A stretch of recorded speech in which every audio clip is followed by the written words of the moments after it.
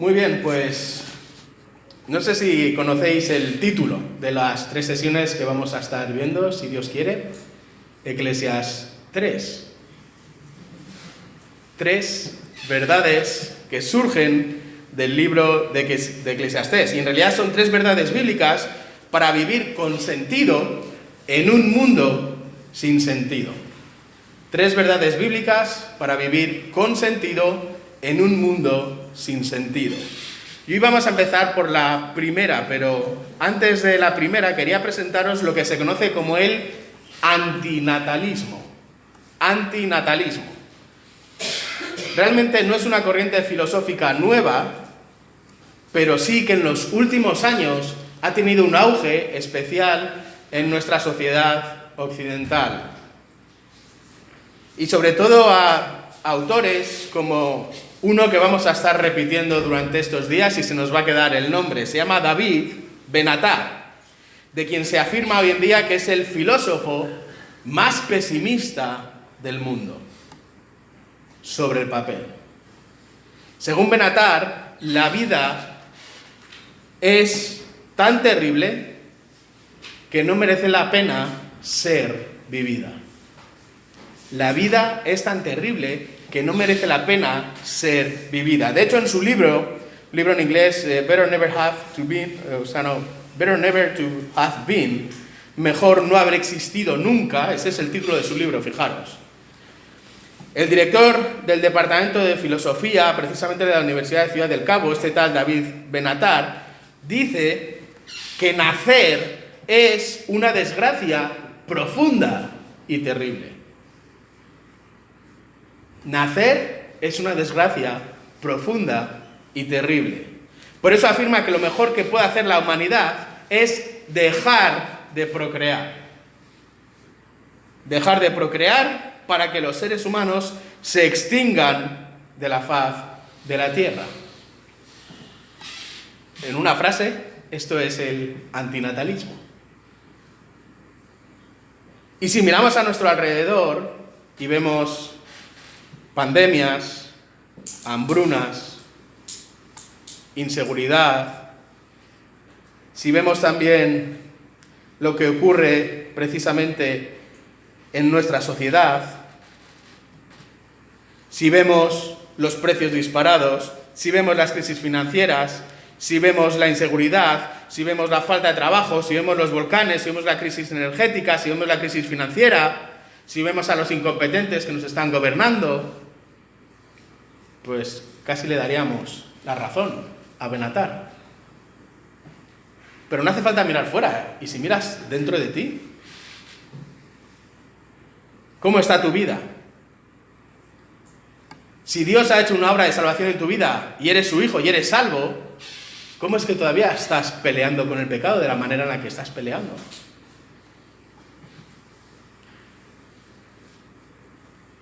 Si tengo a Cristo en mi vida y Cristo ha hecho una obra de salvación en mi vida, ¿por qué vivo aferrado a este mundo de la manera en la que vivo aferrado? ¿Por qué permite Dios que suceda en mi vida enfermedad, dolor, abandono, incomprensión, miedo, ausencias, partidas, muerte? Llámalo A, B, C, D o todas juntas. ¿Por qué Dios permite las circunstancias que están sucediendo en mi trabajo, en mi matrimonio, en mi familia, con mis hijos, con mis nietos, con mis sobrinos, etcétera, etcétera? ¿O por qué Dios permite todo esto al revés? Que no tenga familia, que no tenga trabajo, que no tenga nada. Y si no estás en Cristo ya, bueno, todo es todavía mucho más oscuro. Porque realmente tu destino eterno es la muerte eterna. Así que es fácil correr el riesgo de quedar atrapados en esta filosofía y apuntarnos al carro, subirnos al carro del antinatalismo. Pero quiero llevaros a la Biblia y responder esta pregunta. ¿Qué dice la Biblia?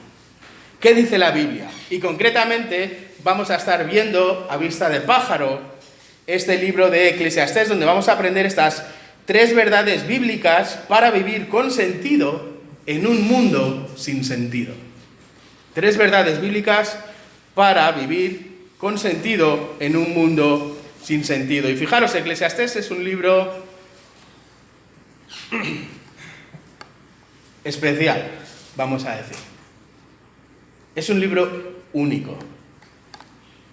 Fijaros, la pregunta que el predicador o Coelet responde es: ¿cuál es el bien más preciado del hombre?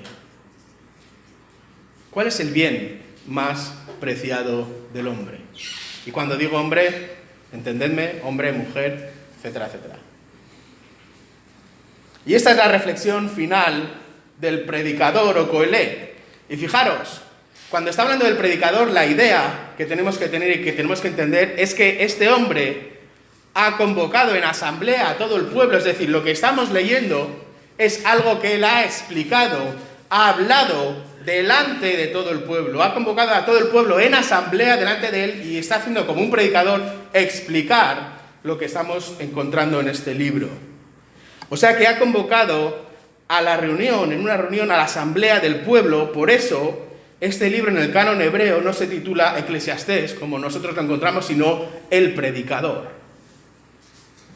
Este fue un libro escrito aproximadamente entre el año 935 y 931 a.C. y no nos dice quién es el autor del libro, solo se refiere a él mismo como el predicador. Pero por las evidencias que hay podemos ver que hay por lo menos tres ideas de quién es este predicador. Por un lado puede que sea Salomón, en una segunda idea puede que sea un editor de Salomón, y hay una tercera teoría que dice que puede que sean dos o tres hombres sabios que compilan estas mismas ideas. Personalmente, y esto ya es a nivel personal, no porque lo diga la palabra del Señor, yo me inclino por la primera, porque es Salomón. Y creo que es bastante sencillo de poder hacerlo si vamos al versículo 1 del capítulo 1 y al versículo 12. Palabras del predicador, hijo de David, rey en Jerusalén. Y ahí no hay muchos. O después en el versículo 12 del capítulo 1, yo, el predicador, he sido rey sobre Israel en Jerusalén. Y estos versículos apuntan a Salomón. Por lo menos yo así lo veo personalmente. También el contexto histórico apunta a Salomón, porque ningún otro hombre tuvo la posibilidad de vivir con la abundancia de recursos que tuvo el propio rey Salomón. Pero su vida demuestra que su inteligencia, su sabiduría, no fue utilizada durante toda su vida. De hecho, hubo un punto en su vida donde dejó de practicar esta obediencia a Dios, que cuando escribe el libro de Proverbios, reúne o realmente también resume en el capítulo 1, versículo 7. El temor de Dios es el principio de la sabiduría. Y de hecho, hubo un momento en su vida en que se dejó embaucar por los placeres futiles y pasajeros de este mundo. Así que Salomón hizo bueno el refrán de en casa del herrero, cuchillo de palo. Y es precisamente en este momento, muy cercano al final de su vida, que Salomón echa la vista atrás. ¿Cómo he vivido?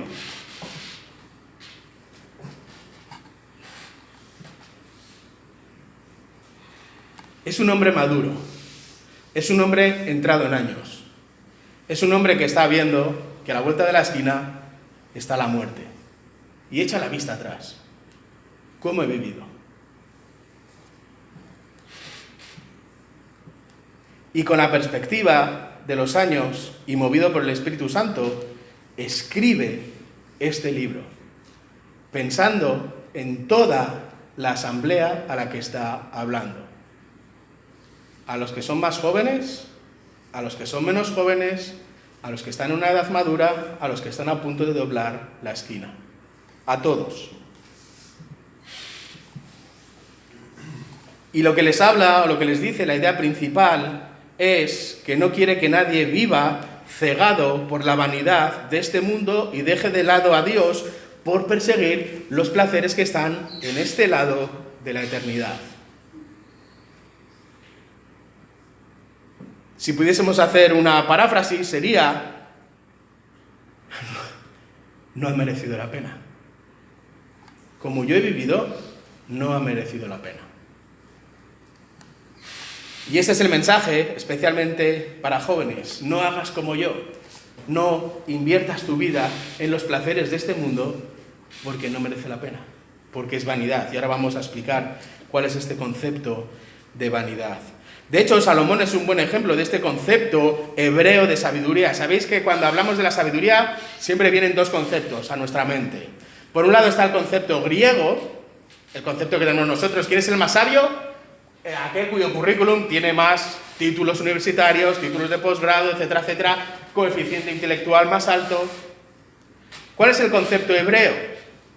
El concepto hebreo es que el sabio es el que aplica y vive lo que sabe.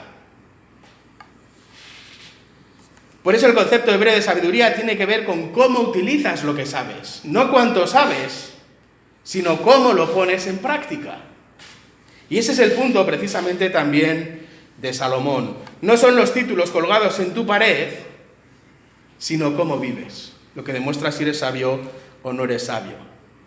Y de hecho así es como Salomón destaca precisamente el componente de madurez espiritual que se evidencia en la práctica de una vida cotidiana. Da igual que te sepas la Biblia de Génesis a Apocalipsis, si luego cuando caminas no la vives. Ese es el punto, es algo que también encontramos no simplemente en los libros de sabiduría, sino que es algo que encontramos a lo largo de toda la palabra del Señor. ¿Recordáis palabras del propio Jesús? Juan 14, 15. Si me amáis, guardaréis mis mandamientos. Es decir, si me amáis, caminaréis, viviréis, tendréis esta experiencia vital conforme a mis mandamientos. Por eso es mejor obedecer a Dios y no desperdiciar ni un segundo de tu vida. Estés en la etapa de la vida que estés. Pero cuanto más joven seas, mejor, porque vas a tener más tiempo, si Dios quiere, para poder vivir de la manera adecuada. Y esta ha sido su experiencia, esta es la experiencia del predicador que se ha puesto delante de toda la congregación del pueblo y está explicando precisamente esta misma realidad. Por eso la palabra clave que encapsula o que resume todo lo que sería el libro de Eclesiastés es vanidad. Y es una palabra que se repite a lo largo del libro hasta en 45 veces. La palabra que se utiliza en el original tiene que ver con este concepto de niebla, de humo, de vaho. No sé si os habéis levantado esta mañana y ya veis, bueno, no, los que estáis durmiendo a este lado, por la ventana. Y había esa niebla por la ventana, que enseguida desaparece. Ahora no está. Había una casa que había encendido la chimenea y el humo salía un momento y luego desaparece. No hacía excesivamente frío por la mañana, pero hay veces que salimos por la mañana, vamos caminando y sale este vaho que desaparece. Esa es la misma idea. Vanidad, Hebel. Vano, fútil, se va, desaparece. De hecho, esta palabra tiene que ver también porque se utiliza en el Pentateuco, por ejemplo, en Deuteronomio 32, 21, cuando Dios se refiere a los ídolos del mundo. Son vanidad, desaparecen, no hay nada. Y el resto de las veces que se utiliza esta palabra también tiene que ver precisamente con esta idea de inutilidad, de futilidad, de vapor, de aliento, es decir, algo que deja de ser al instante. ¿Quién de nosotros invertiría en niebla? ¿Quién de nosotros pondría sus ahorros, su jubilación en niebla? Esta es la idea del predicador. Todo, salvo Dios, es vanidad. Por eso utiliza una frase que comienza en el capítulo 1 y que cierra el libro en el capítulo 12 y que sirve de sándwich, entre comillas, para este libro. Vanidad de vanidades, todo es vanidad.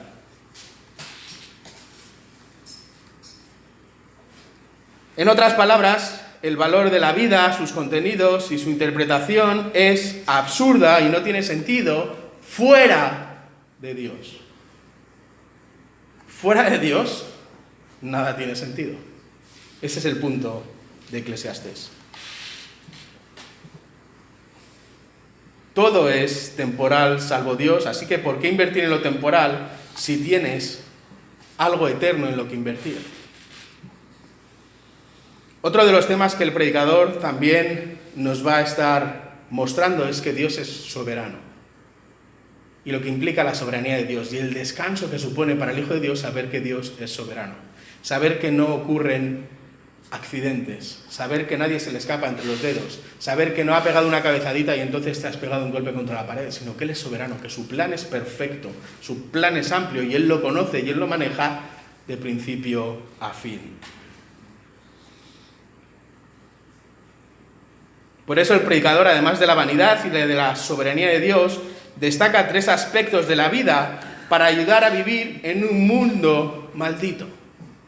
Y eso es lo que vamos a estar viendo en estos días con la ayuda del Señor. Ahora bien, quiero daros una serie de prevenciones acerca del libro de Eclesiastés. Porque es un libro, no voy a decir difícil, pero es un libro único. Es un libro que tiene su miga.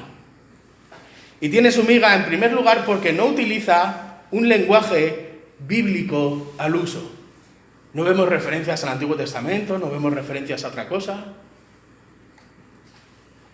No hay referencias a la historia pasada, sino que realmente el autor está utilizando un lenguaje muy humano. De hecho, está utilizando un lenguaje en ocasiones casi cínico, podríamos decir. No es un libro tampoco de sabiduría al uso. Por ejemplo, Proverbios nos habla de tendencias, de las cosas como más o menos tienden a suceder. Eso es el libro de Proverbios. ¿Recordáis, por ejemplo, el capítulo 13, versículo 21? Dice así, estoy leyendo la versión de las Américas: a los pecadores los persigue el mal, pero los justos serán recompensados con el bien. Sin embargo, Eclesiastés toma esta misma verdad y la enfoca desde otra perspectiva. Fijaros, Eclesiastés 7:15. He visto todo durante mi vida en vanidad. Hay justo que perece en su justicia y hay impío que alarga su vida en la perversidad. Aparentemente son contradicciones. Parecen mensajes contradictorios, pero ambos están observando el mismo vaso con la misma cantidad de agua. Uno lo ve medio lleno y el otro lo ve medio vacío. Pero es el mismo nivel de agua que están apuntando a realidades diferentes. El libro de Eclesiastés también es una llamada a disfrutar de la vida, a disfrutar de los pequeños placeres de la vida, vivir con sentido, incluso en un mundo sin sentido, pero vivir desde una perspectiva adecuada. Es decir, como iremos viendo, Eclesiastés no es un libro pesimista, pero tampoco es un libro hedonista que llame al placer, sino que es un libro realista. Y este es el punto de vista que me gustaría dejaros en estos días. Por eso el predicador no habla a judíos, no habla a griegos, sino que habla a seres humanos, a ti y a mí. Y además hay un recurso literario también que podemos encontrar a lo largo del libro y que os animo a que lo leáis en estos 12 capítulos, y son las preguntas que siempre utiliza el predicador y que comienzan de la misma manera. ¿Quién? ¿Quién? ¿Quién? Y son preguntas retóricas que llevan a la audiencia a una respuesta que el propio predicador les está llevando. Pero es una manera de llevar, de dirigir su línea de pensamiento. Así que vamos a comenzar a estudiar ahora, después de esta introducción más global de lo que es el libro de Eclesiastés, con estas 3 verdades bíblicas para vivir con sentido en un mundo sin sentido. Y vamos a comenzar por la primera. Para vivir con sentido en un mundo sin sentido, ten en cuenta que todos vamos a morir. Y empezamos fuerte. ¿No saquéis el cianuro todavía? ¿No abráis el gas para tener la muerte dulce?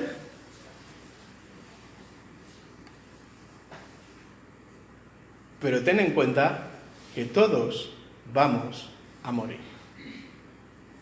todos los que estamos aquí. No sabemos cuándo, no sabemos cómo, pero todos vamos a morir. Fijaros, capítulo 1, y me gustaría que me acompañaseis en la lectura. Vamos a leer los primeros 11 versículos. Capítulo 1, versículos del 1 al 11. Estoy leyendo la versión de las Américas y dice así: palabras del predicador, hijo de David, rey en Jerusalén. Vanidad de vanidades, dice el predicador. Vanidad de vanidades, todo es vanidad. Y ahora, dispara. Versículo 3. ¿Qué provecho recibe el hombre de todo el trabajo con el cual se afana bajo el sol? Una generación va, otra generación viene, mas la tierra permanece para siempre. El sol sale, el sol se pone, a su lugar se apresura y de allí vuelve a salir. Soplando hacia el sur, girando hacia el norte, girando y girando va el viento y sobre sus giros el viento regresa. Todos los ríos van hacia el mar y el mar no se llena. Al lugar donde los ríos fluyen, allí vuelven a fluir. Todas las cosas son fatigosas, el hombre no puede expresarlas. No se sacia el ojo de ver, ni se cansa el oído de oír. Lo que fue, eso será. Y lo que se hizo, eso se hará. No hay nada nuevo bajo el sol. ¿Hay algo de que se pueda decir, mira, esto es nuevo? Ya existía en los siglos que nos precedieron. No hay memoria de las cosas primeras, ni tampoco de las postreras que sucederán. No habrá memoria de ellas entre los que vendrán después. Fijaros, estos primeros versículos nos presentan el libro y también el tono de este libro. Eclesiastés es un regalo. Es un regalo de parte del Señor para poder tener la perspectiva bíblica de cómo vivir con sentido en un mundo sin sentido. Este libro es un regalo del autor de la vida, del soberano, del que tiene un plan para la humanidad, para la creación y también tiene un plan personal e individualizado para ti. ¿Hasta qué punto este plan es individualizado para ti? Hasta el punto que conoce el número de tus cabellos, uno a uno. Ni tu mujer sabe cuántos cabellos tienes, ni tú sabes cuántos cabellos tiene tu mujer, y eso que se supone que es la persona a la que más amas. Dios sabe el número de cabellos de cada uno de los que estamos aquí. Con algunos es un poco más fácil acertarlo. Pero fijaros, este es el punto, no inviertas en la tierra porque todo es niebla, todo es vapor, todo es vanidad. Fijaros en el versículo 2, hasta en 5 ocasiones, vanidad de vanidades, dice el predicador, vanidad de vanidades, todo es vanidad. Hasta en 5 ocasiones lo ha repetido.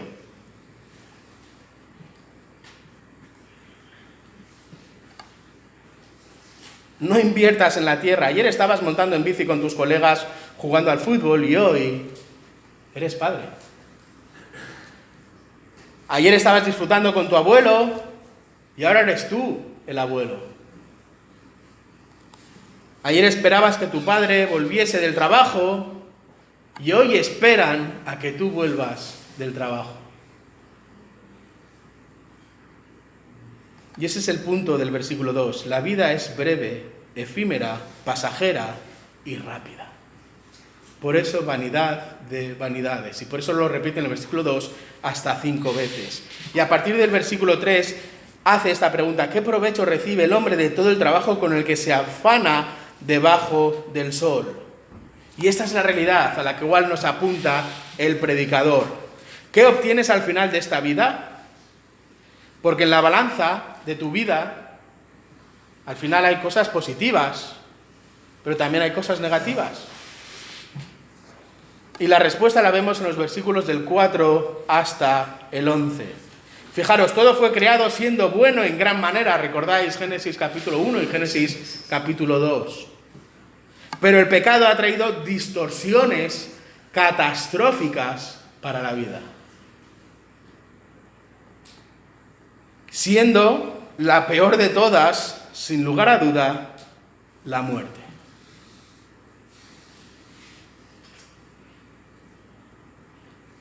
¿Qué me llevo después de la muerte?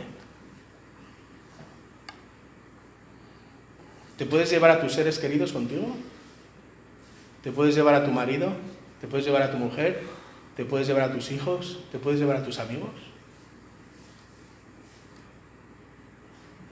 ¿Te puedes llevar tu casa? ¿Te puedes llevar tu dinero? ¿Te puedes llevar tu ropa? ¿Te puedes llevar tu coche?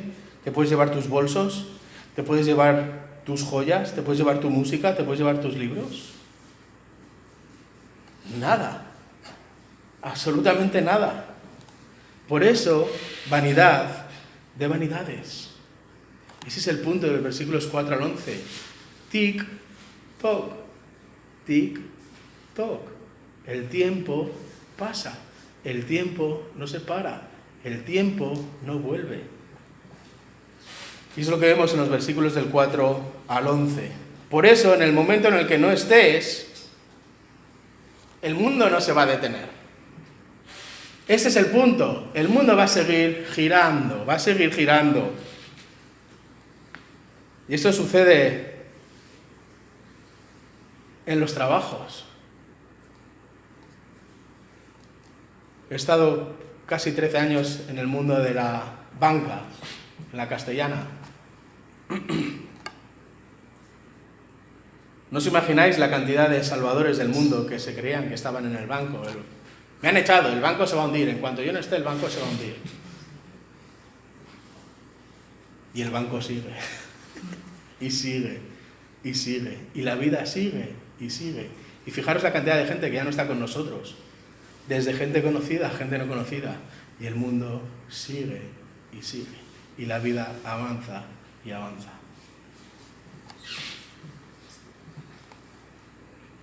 La vida continúa incluso a pesar de tu propio dolor. La vida no se para. Ese es el punto de los versículos 5 y 8. Mira el sol, mira el viento, mira el agua. Todo continúa, igual que continuaba antes. Todo sigue su desarrollo normal. Todo continúa como lo hacía antes de que tú estuvieses en la tierra y como lo seguirá haciendo en el momento en el que ya no estés en la tierra. Nada rompe esta monotonía, nada rompe el ciclo de la vida. Por lo tanto, no vas a encontrar tu sentido aquí, ni lo vas a alterar aquí tampoco. Este ciclo no lo vas a alterar, no lo vas a cambiar. No va a haber un antes de Daniel y un después de Daniel en la historia. De hecho, el autor, el predicador, está utilizando aquí una hipérbole porque sabemos que no existe una rutina como tal, sabemos que no hay 2 días iguales, etcétera, etcétera. Pero esta es la idea de esta rutina, de este tiempo que pasa. Este es el punto, y fijaros, hemos asistido a funerales increíbles de hermanos fabulosos, de hermanos queridos, funerales multitudinarios, de familiares queridos. Hemos asistido a funerales donde no hay más de 5 personas. Hemos asistido a funerales de 3 personas.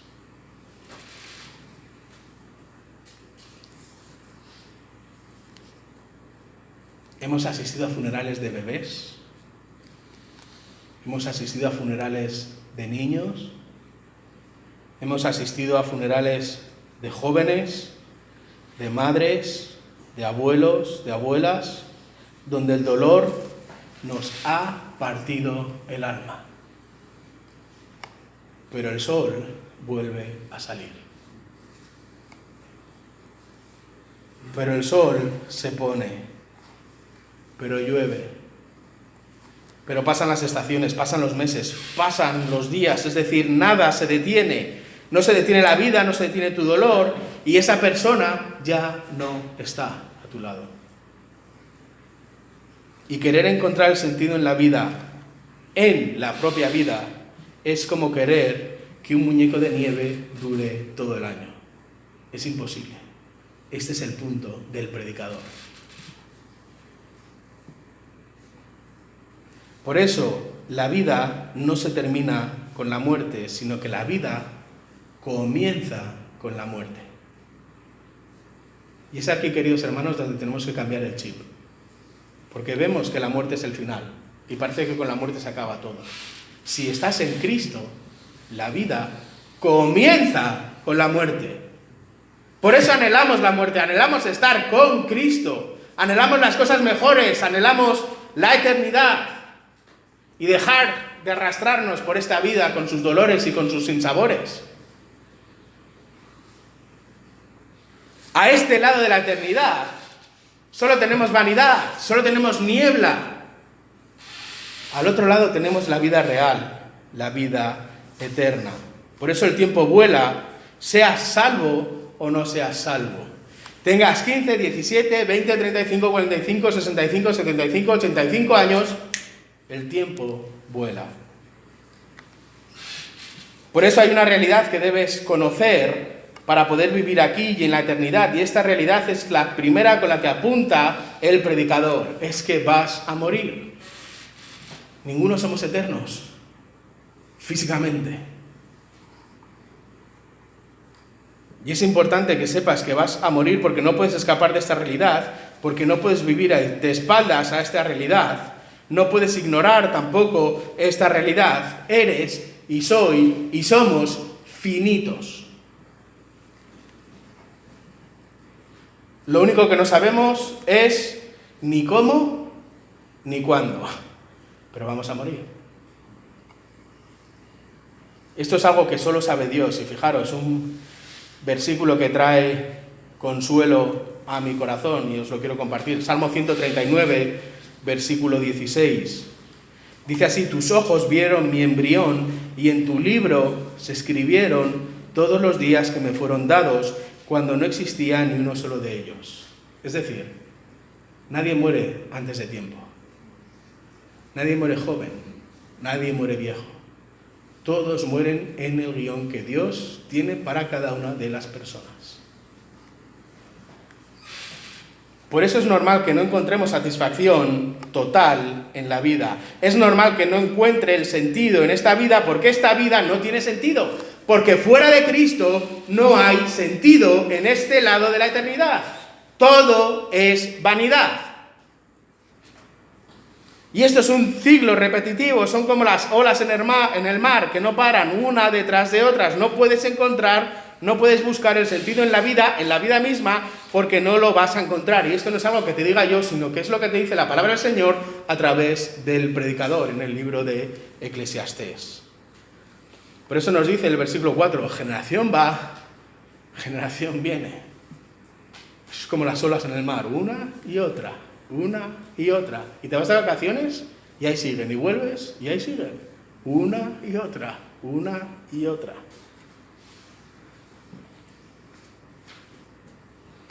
Por eso no hay nada nuevo que dé sentido a la vida. Ese es el punto. Y si no hay nada nuevo que dé sentido a la vida, entonces, ¿dónde estás buscando el sentido a esta vida? ¿Dónde estás buscando el sentido a esta vida? ¿Lo estás buscando en el deporte? ¿Lo estás buscando en la familia? ¿Lo estás buscando en los amigos? ¿Lo estás buscando en el trabajo? ¿Lo estás buscando en el amor? ¿Lo estás buscando en la maternidad? ¿Lo estás buscando en la paternidad? ¿Lo estás buscando en tus estudios? ¿En una posición económica holgada? ¿En una casa? ¿En un ocio? Fijaros, Jesús entendió esta realidad mejor que nadie, por eso exclamó lo que dice Mateo capítulo 11, versículos 28 al 30. Fijaros, dice así: venid a mí todos los que estéis cansados y cargados, y yo os haré descansar. Tomad mi yugo sobre vosotros y aprended de mí, que soy manso y humilde de corazón, y hallaréis descanso para vuestras almas, porque mi yugo es fácil y mi carga ligera. En otras palabras, solo hay sentido en la vida, solo hay descanso en la vida con Cristo. De hecho, este venid a mí significa creer con fe, y la fe es un regalo de Dios a través del Espíritu Santo y a través del Evangelio. Es una invitación a los que están cansados y cargados, es decir, a los oprimidos por las cargas de los sistemas religiosos, de las reglas, en este caso a los que estaba hablando en Mateo, impuestas y sobreexpuestas por los escribas, por los fariseos que los estaban ahogando en tradiciones y cualquier otro sistema religioso que afirme que el hombre es el que debe ganarse el camino a la vida eterna. Porque es imposible, porque no lo vas a ganar, no lo vas a ganar. Solo hay sentido en la vida en Cristo, por eso tienes que venir a Cristo arrepentido y creyendo. Es lo que Pablo también, recordáis, en la segunda carta a los Corintios, capítulo 5, versículos 8 y 9, dice que cobramos ánimo y preferimos más bien estar ausentes del cuerpo y habitar con el Señor. Por eso, ya sea presentes o ausentes, ambicionamos serle agradables. Cobramos ánimo, dice en el versículo 8 de la segunda carta a los Corintios, capítulo 5. Cobramos ánimo, que es un eco de ese confiamos del versículo 6. A pesar de este presente imperfecto en el que estamos viviendo, a pesar de este dolor constante y continuo de vida que llevamos, cobramos ánimo cuando miramos a la meta. Cuando vemos la muerte, cuando vemos la eternidad, cuando vemos el inicio de la vida, cuando vemos la presencia del Señor, eso es la gasolina que mueve nuestro coche en esta vida sin sentido.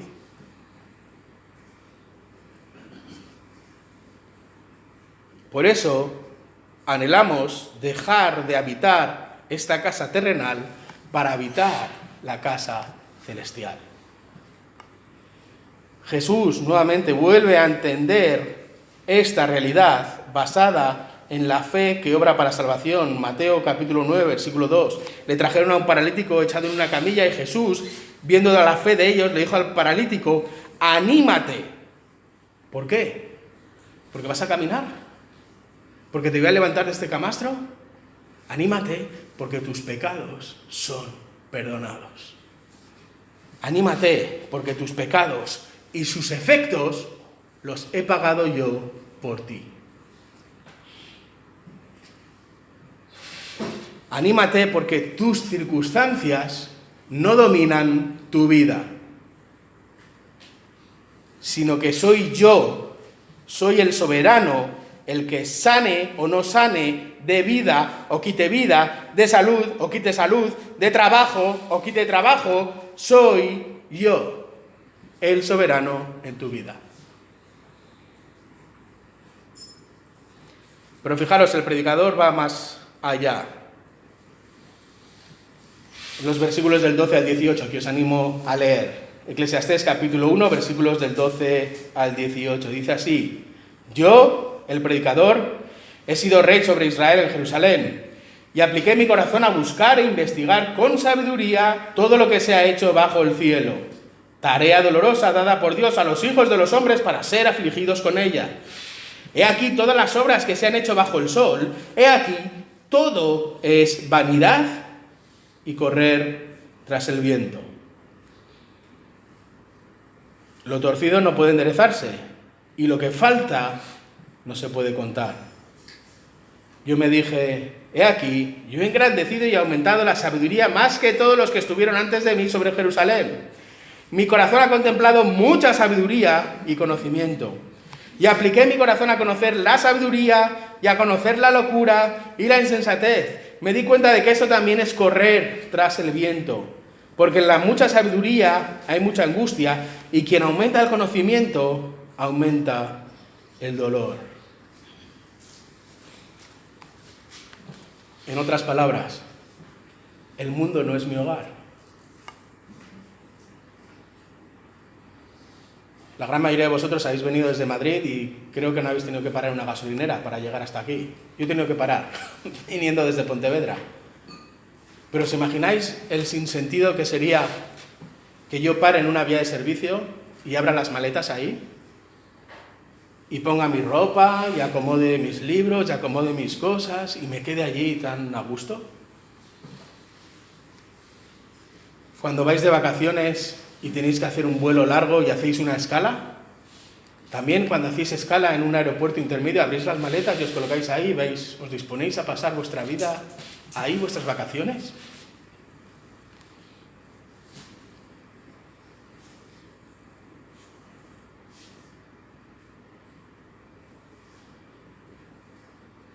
¡Qué sinsentido! Es abrir las maletas en la gasolinera cuando no has llegado a tu destino todavía final. ¡Qué sinsentido es invertir en la gasolinera cuando no has llegado al lugar de tu descanso, de tus vacaciones! ¡Qué sinsentido sería que yo hubiese abierto todas las maletas que traía en la gasolinera sin haber llegado a Pinos!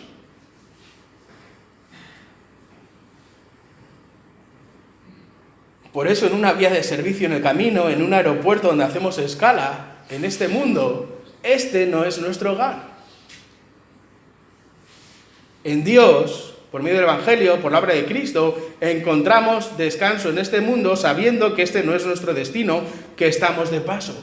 Por eso, querido hermano, ¿estás viviendo abrazado a este mundo o estás invirtiendo en la eternidad?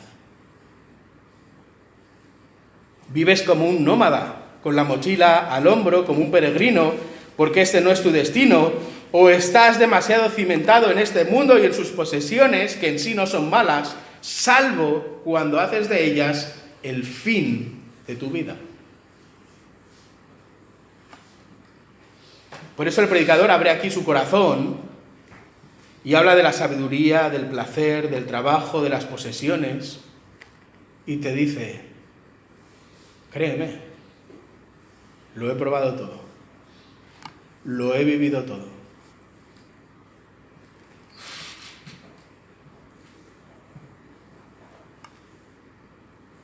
Pero no he encontrado el sentido en ello. Es vanidad de vanidades. Son burbujas donde te aíslas de la realidad, pero al final hay algo que explota esta burbuja. Cuando parece que encuentras el sentido de tu vida en ser madre, en tener un trabajo, en ser padre, en tener una buena posición. ¿Por qué? Porque llega la muerte y explota esa burbuja.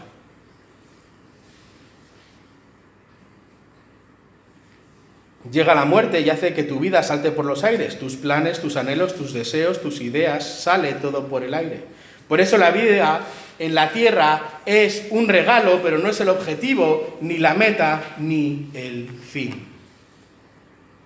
Por eso buscamos la felicidad, el sentirte bien con la sociedad, con el mundo, con la naturaleza, abrazamos árboles, reciclamos, damos los buenos días, enseñamos a nuestros hijos a ser buenas personas, pero el tiempo se te escapa entre las manos y llega la muerte, porque ese no es el objetivo. Por eso 3 verdades bíblicas para vivir con sentido en un mundo sin sentido. Y la primera es saber que para vivir con sentido en un mundo sin sentido tienes que tener en cuenta que todos vamos a morir. Por lo tanto, vive apuntando a la eternidad. Vive apuntando a la eternidad. Tengas la edad que tengas, estés en el segmento de edad en el que estés, tengas la profesión que tengas, te queden los años que te queden, vive apuntando a la eternidad. Y para comprender esta aplicación de esta realidad y cómo poder vivir con sentido, sabiendo que vamos a morir en un mundo sin sentido, fijaros cómo lo expresa el propio autor, simplemente unos capítulos más adelante, capítulo 7, versículos 1 y 2. Fijaros, dice: mejor es el buen nombre que el buen ungüento, y el día de la muerte que el nacimiento. Mejor es ir a una casa de luto que ir a una casa de banquete, porque aquello es el fin de todo hombre, y al que vive lo hará reflexionar en su corazón. Son palabras duras. Pero fijaros, el predicador afirma que la muerte es mejor que el nacimiento. ¿Se ha vuelto loco el predicador y se ha unido a los antinatalistas que veíamos al principio? ¿Es el predicador el origen de esta filosofía antinatalista? ¿Cómo debe afectar esta verdad de la muerte a tu vida? Pues fijaros, la ventaja relativa de la muerte sobre la vida se explica precisamente en el versículo 2, en la primera mitad de este versículo. Aquí el predicador expresa la opinión de que es mejor ir a un funeral que a una fiesta, porque en el funeral puedes aprender, puedes recordar que vas a morir y puedes tener esta perspectiva. Y aquellos que habéis sufrido la partida de seres queridos cercanos, sabréis que ha habido más avance espiritual en esos momentos que en otros momentos de felicidad.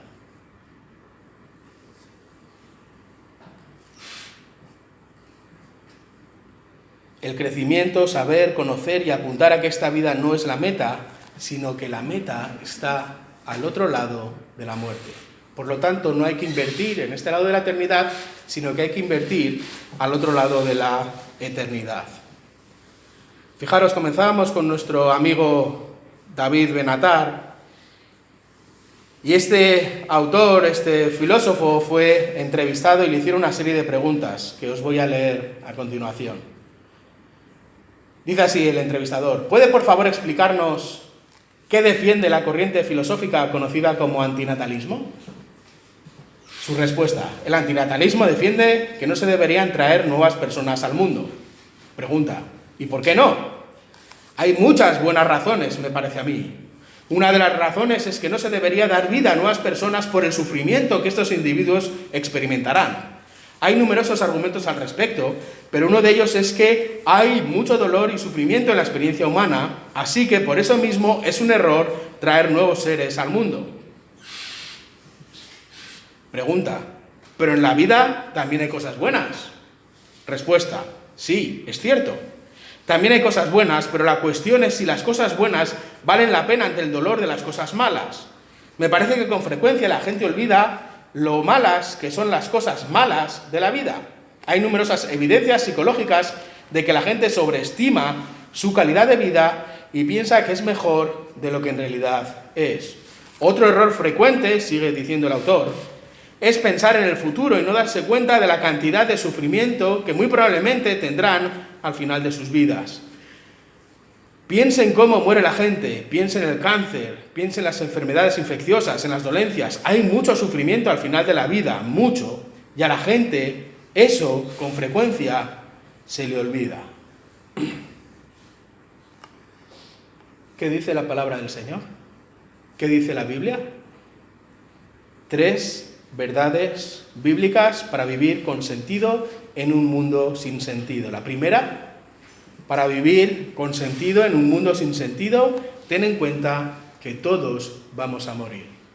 Por lo tanto, vive apuntando a la eternidad. Esta tarde veremos, entonces, cómo vivir con sentido en este mundo sin sentido, ahora que tenemos la perspectiva de la eternidad por medio de reconocer que vamos a morir. Así que este será el tema que veremos por la tarde, si Dios quiere. Vamos a terminar con una oración. Señor, gracias por tu palabra, gracias por lo que podemos aprender en ella, gracias por el ejemplo también del predicador, gracias por un hombre que lo vivió y lo experimentó todo en este mundo, que realmente pudo vivir invirtiendo toda su vida en lo que está a este lado de la eternidad, para darse cuenta de que nada en absoluto tiene sentido si no es Cristo y si no es invertir realmente en la eternidad y de hacerlo por medio de la persona de Cristo. Gracias porque para vivir con sentido en un mundo sin sentido tenemos que tener en cuenta que todos vamos a morir. Por eso ayúdanos a vivir vidas que puedan apuntar a la eternidad, que estén cimentadas en los valores de la verdad, que estén invirtiéndose en aquello que perdura para la eternidad y que no nos aferremos, no abracemos lo que encontramos a este lado de la eternidad.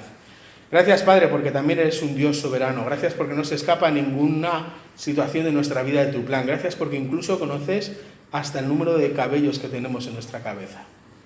Por eso recibe toda la gloria y toda la honra en el nombre de Jesús. Amén.